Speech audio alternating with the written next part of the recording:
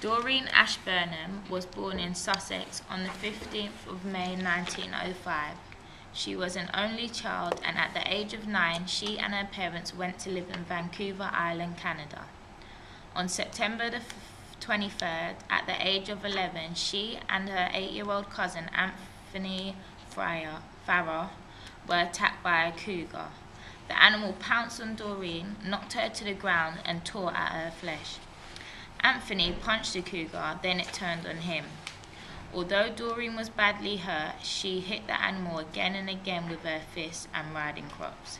She even put her arm in the cougar's mouth to stop it biting Anthony. Suddenly a noise startled the cougar and it finally fled, leaving the children badly injured. They were each awarded the Albert Medal for their act of bravery.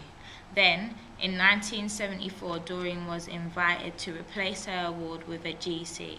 Sadly, Anthony did not live to receive his GC as he was killed in 1930. Stop it. Jackson. Okay, wait. Let me just quickly think there.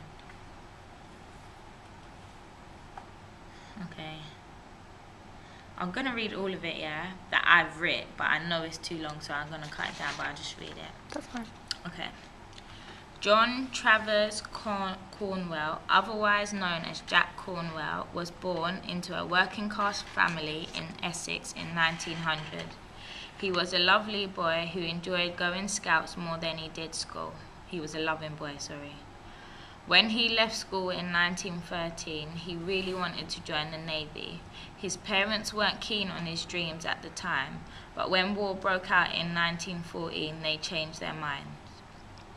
Jack began training in July 1915 and joined the crew of HMS Chester the following year. Jack was sight setter for a 5.5-inch gun during the Battle of Jutland.